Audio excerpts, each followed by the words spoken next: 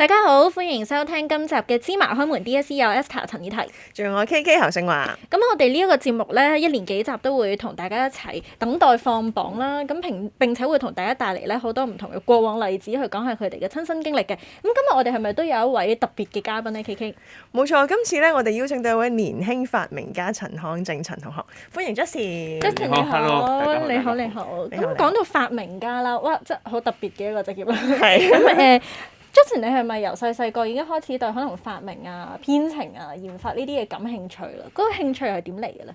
其實我細個嗰陣時候，即係我睇到我老豆啦，咁我爸爸就係一個庇護工場導師啦，咁佢就係教嗰啲學員去鬥木嘅，咁我就佢有時接到啲 job 咧，就會係做下啲佈景板咁樣啦，咁我就喺度諗緊啊，如果喺個佈景板裏面加嗰啲可能自動感應燈啊，或者可能係一啲智能啲嘅嘢落去，會發生咩事咧？咁樣，即係我就會覺得。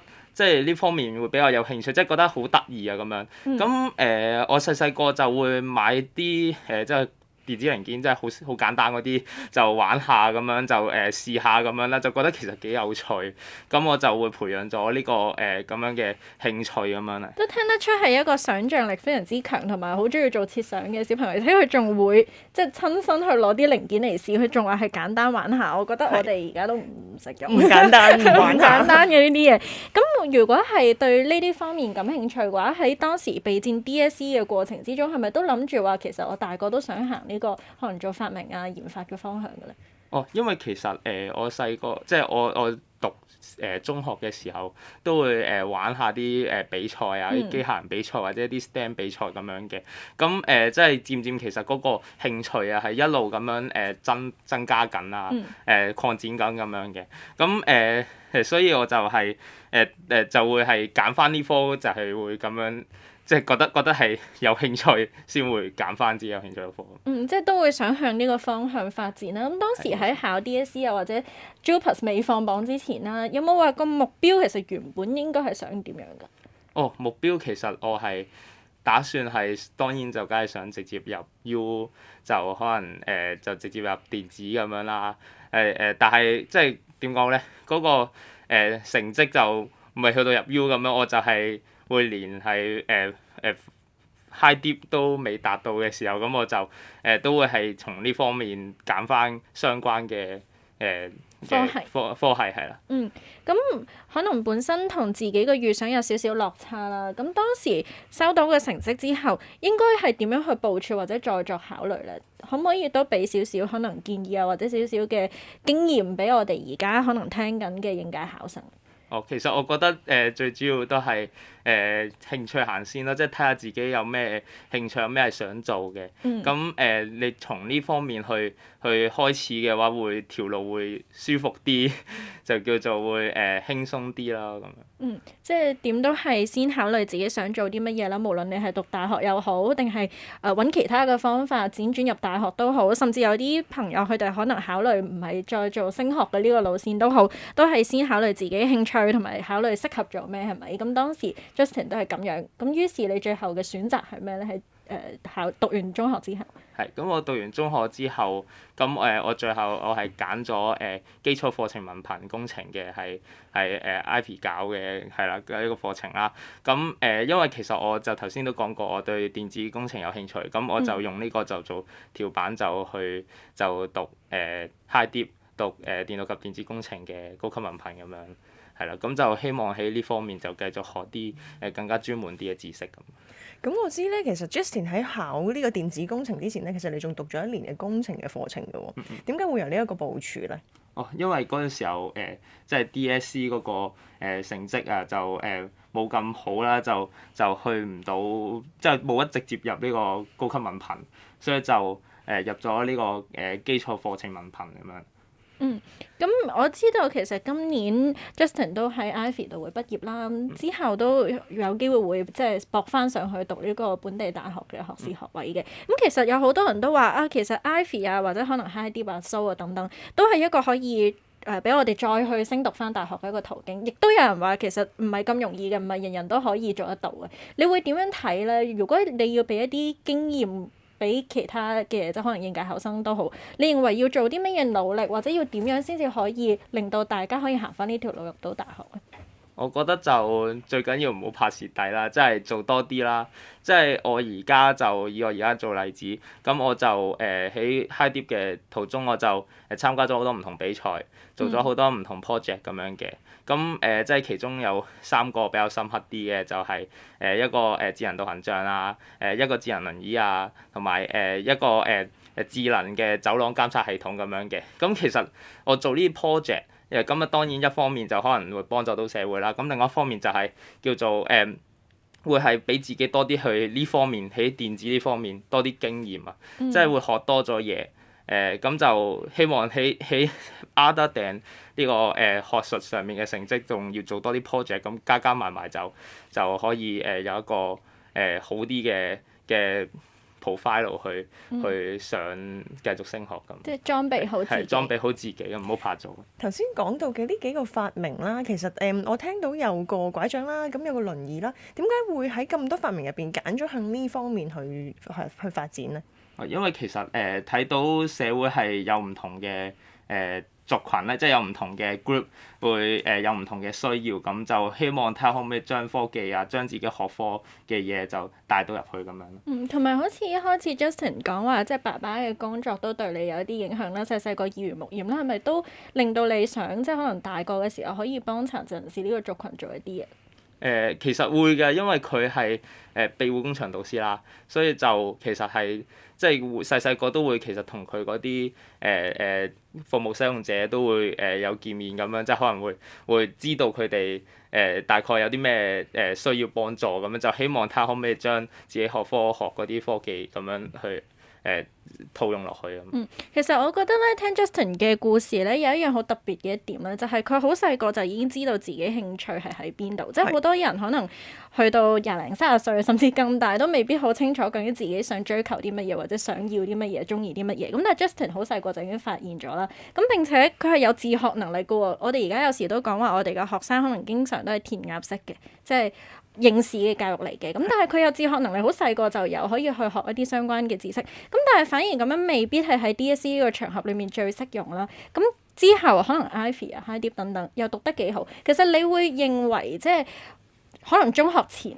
或者你中學之後嘅教育，邊一樣嘅學習模式係令你覺得舒服啲，同埋點解咧？我老實講，其實我係中學畢業，即係完咗 DSE 之後個教育係比較啱我多啲嘅。即係因為我而家就喺Ivy 黃克競就讀緊電子工程啦。咁其實即係叫 project base 啊，即係會係主要係做多啲對你自己有益處嘅。咁其實我會將我自己興趣，將自己嘅自學嘅嘢有機會去套用喺呢個場合上面，所以其實呢個學習模式係比較啱我多啲。咁所以其實如果有啲小朋友又好啦，而家嘅學生又好啦，應屆考生都好啦，如果喺讀緊可能小學、中學嘅情況，覺得點解我好似唔係特別啱咁樣讀書嘅？其實都唔使苦惱嘅，因為以後未必你係唔啱讀即係更加高程度嘅教育啦。絕對係咁。Justin，你會話而家嘅一班可能應屆考生啦，而家等緊放榜，佢哋可能都好緊張啦，都可能諗緊死啦，我使唔使再揾多幾個後門咧？咁樣即係喺咁樣嘅狀況之下，你會有啲乜嘢建議俾佢哋喺而家呢個 moment 佢哋可以做，或者點樣去放平個心態？其實我覺得你即係而家可能即係其實唔會話太遲嘅，最緊要係你自己諗清楚你自己想做咩，有咩目標，跟住其實你係就算放咗榜，個成績係如何都好，係點樣都好咧，你係點都會有條路可以行嘅。即係可能你就算兜兜轉轉，其實你如果你係有目標嘅話，你係點都會行到嗰條路嘅。即係我覺得最主要係向住自己明確嘅目標去進發。都好多謝 Justin 嘅分享啦，確實都俾我哋見到啦。其實路係唔止一條啦，有好多方法咧都可以向我哋自己嘅理想或者我哋嘅追求邁進嘅。咁下一節翻嚟咧，我哋會繼續同 Justin 傾下偈。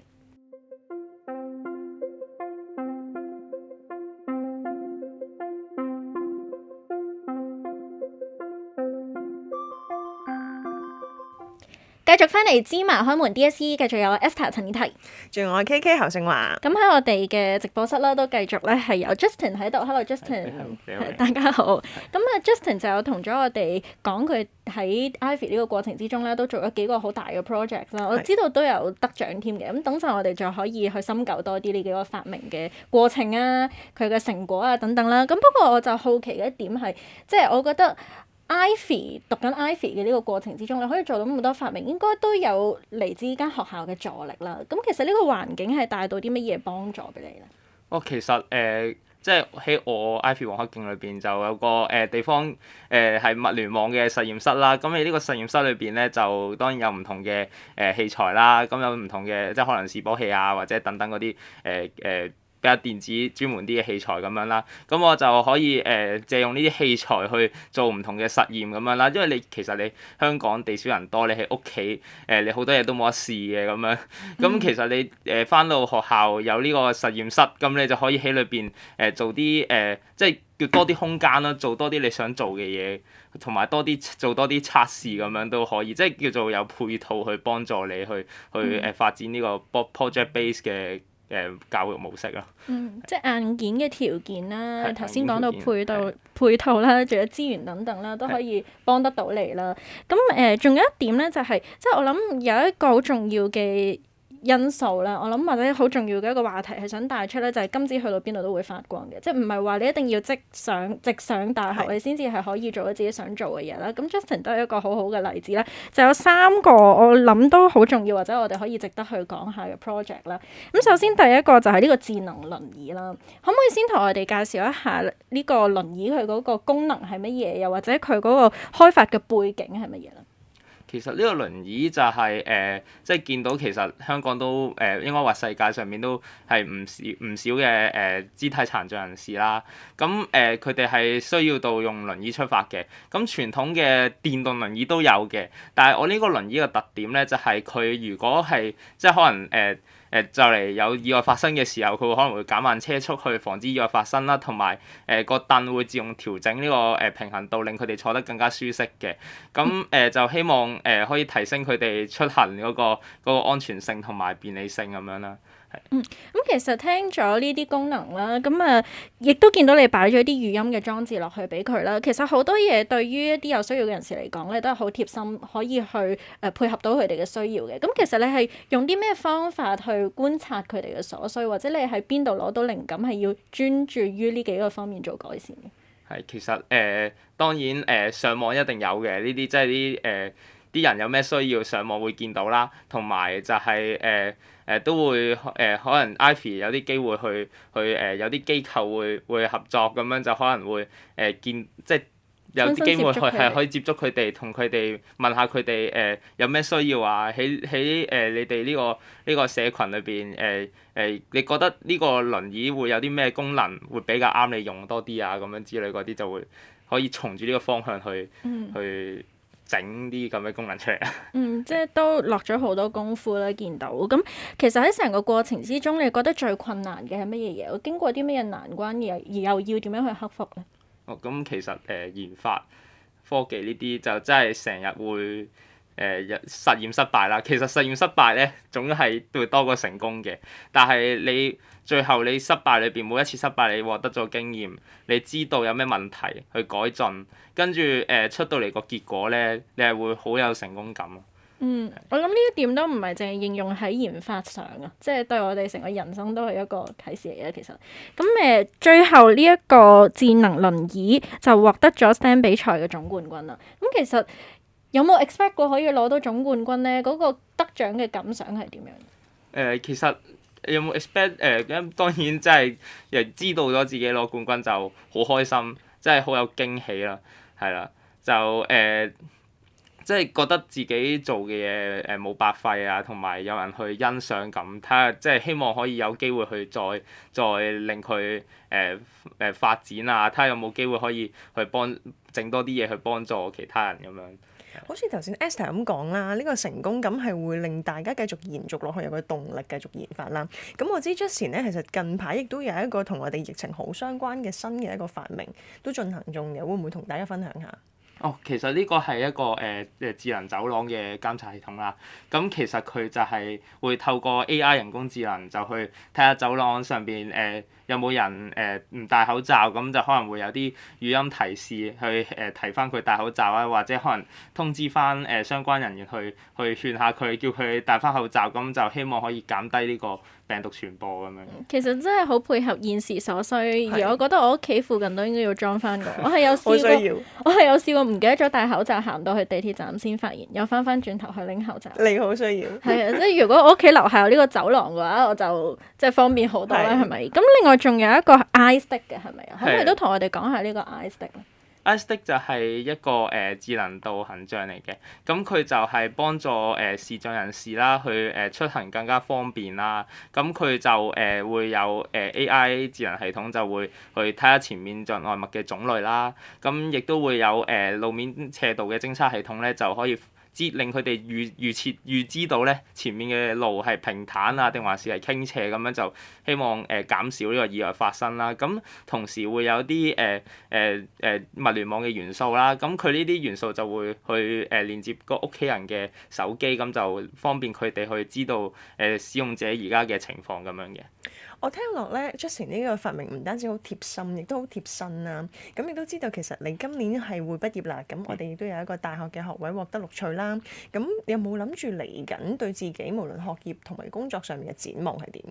其實我就希望即係喺大學裏邊就可以繼續再叫做進修下呢科相關嘅嘅科目啦，令到自己更加準備好，跟住就做一啲更加專業嘅發明，睇下可唔可以幫助到，即係更加貼切咁樣幫助有需要人士咁樣。咁我諗喺上到大學之前嘅 Ivy 呢一段時間咧，其實都真係提供咗一個好好嘅經驗，甚至係有好多落手落腳嘅成功嘅成果啦，係可以令到 Justin 更加有信心咁樣去面對之後嘅可能種種嘅挑戰啦。咁其實之後 Justin 會喺大學嗰度讀乜嘢咧？我都係讀翻電子工程，係啊。咁有冇可以同我哋透露一下，有冇啲乜嘢未來嘅小發明嘅 idea 啊或者思路啊，可以俾我哋有個期待咧？係啊，真係要呢個真係要再可能秘密嚟嘅鑽下，係即係要睇下再有啲咩人士需要，或者睇下啲咩方向咁。咁可能喺我哋節目嘅最後啦，都問下 Justin 啦，即係由中學去到而家啦，即係求學之路漫漫啦，有冇話你覺得其實邊一個階段帶俾你嘅影響係最大嘅咧？又或者你而家睇翻轉頭，會唔會有啲乜嘢心得係想同應屆嘅考生去分享？其實有咩最大嘅影響咧？我覺得即係可能係DSE 完咗入到 Ivy 呢度，反而係俾我感受到，即係其實自己嘅興趣係第一可以幫助到人啦，第二就係其實係對自己條路係即係會順暢好多，即係叫做除咗 other 定係學業，即係你自己興趣都係好重要，就可以令到你即係令到你嗰個事業上嘅發展係有幫助嘅。咁其實對於 DSE 有咩寄語咁樣咧？就我覺得真係唔好睇太重啦。即係其實佢佔你人生其實唔係一個好大嘅一件事，佢係只係即係好少嘅好微小嘅事啦。即係你如果係好嘅，咁啊恭喜你啦，成績係啦。如果未如理想，咁其實都會有路可以行嘅。即係最緊要認清自己目標咁樣。堅定自己想做嘅嘢，然後努力咁為此奮鬥啦。咁都好多謝 Justin 咧，帶咗一個咁好嘅例子俾我哋。咁多謝 Justin 嘅分享，多謝你。多謝你。唔該你。